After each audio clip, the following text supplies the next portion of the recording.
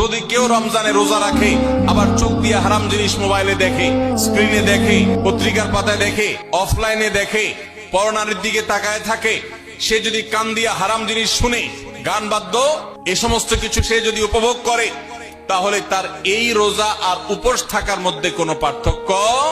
মনে রাখবেন, রোজা শুধু পেটের হয় না, রোজা চোখের হয়, রোজা কানের হয়, রোজা হাতের হয়।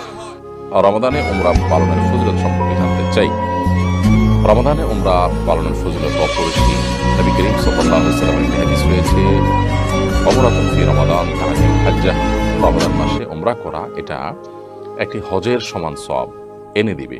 কোন কোন বর্ণনায় আসছে তা'দিলু হাজ্জাতান মাই, অর্থাৎ রমাদানের একটি উমরা অন্য সময় নবী সাল্লাল্লাহু আলাইহি ওয়াসাল্লামের সাথে হজ করার সমান সওয়াব এনে দিবে। এজন্য রমাদান মাসে উমরা যথাসম্ভব করার চেষ্টা করা উচিত, যাদেরকে আল্লাহ তৌফিক দিয়েছেন।